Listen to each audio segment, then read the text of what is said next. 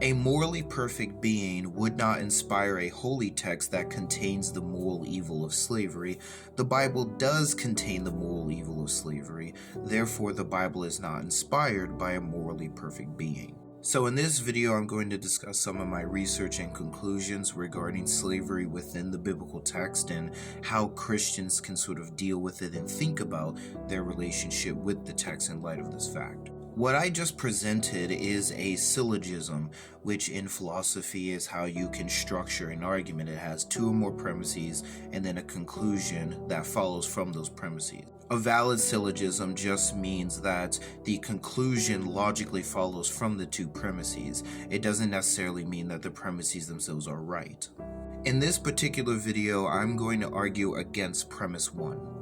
It should be noted that some Christians have actually addressed this issue by saying that, well, if God commanded slavery in the past, then it was actually okay because, well, God commands it. Though this may sound good to the Christian at first, I think this is flawed because I think divine command theory as a ethical theory is flawed. And of course, that isn't to say that God commanding something is not a sufficient reason to do said thing. Just that this idea within a deontological, is the fancy term, ethic is flawed, and there are several reasons as to why. So with all that said, let's talk about the text, firstly within the Hebrew Bible, and then we'll look at some stuff in the New Testament in order to sort of get what we're talking about. In the Hebrew Bible, the main areas where slave laws are presented is Exodus 21, Leviticus 25, and Deuteronomy 15. Now these texts actually seem to contradict each other based upon what they actually say, and if you read the text closely, even in English, you'll see that. But there are some helpful resources that I'll provide that you guys can go check out regarding this. So let's talk about the different kinds of slavery. So debt slavery is when an individual would sell themselves due to debt. They were basically working off their debt by their labor.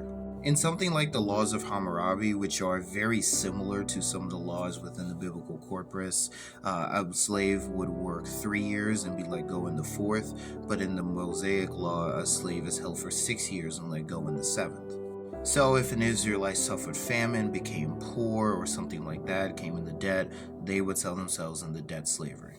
Now, chattel slavery is different.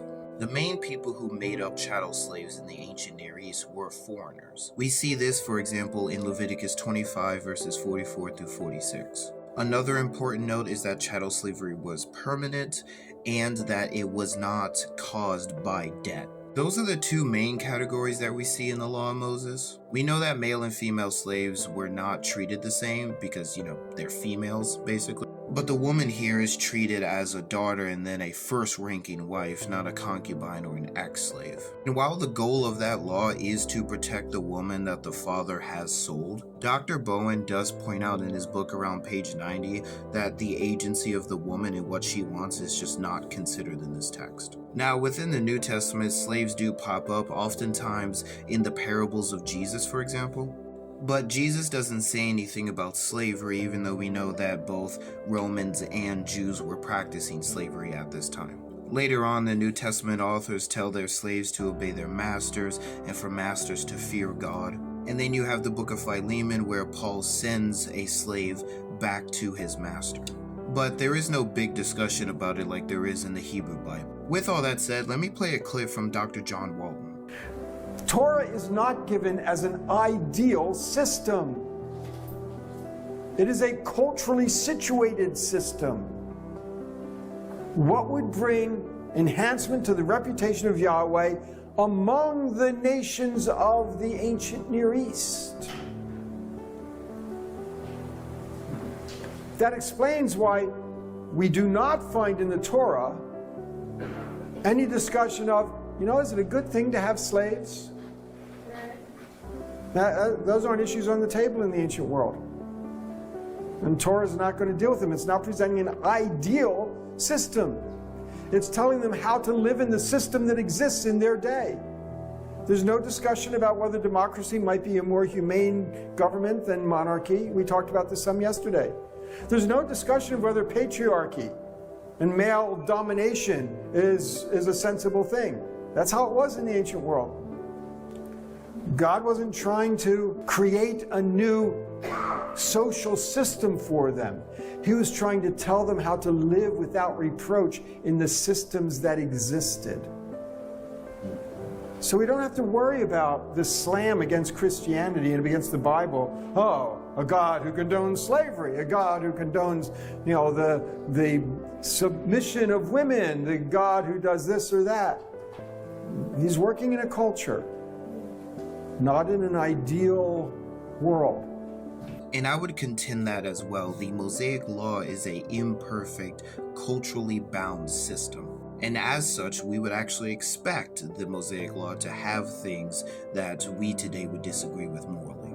Many Bible passages show the fact that the Mosaic Law is a time-bound, imperfect system, even within the law itself. Culturally relativistic, not objective and universal. I would say the New Testament teachings on slavery are also culture-bound. Jesus and his followers did not want to start an uprising or rebellion. The ethic within the New Testament is almost pacifistic as well, so they probably didn't want to fight on moral grounds. So in light of that, what do? But Paul even tells us that if you can get your freedom, then do so. That just wasn't always possible. So how are we going to be the church in light of this institution? I think that's what the New Testament authors were getting at, and that culturally situates their sayings regarding slavery. There is certainly a lot more that we could talk about, and if you want to do that, you can check out my biblical slavery series on YouTube, which I will be updating. But given all the data that we talked about, I think we have a good apologetic to use when someone brings up slavery in the Bible.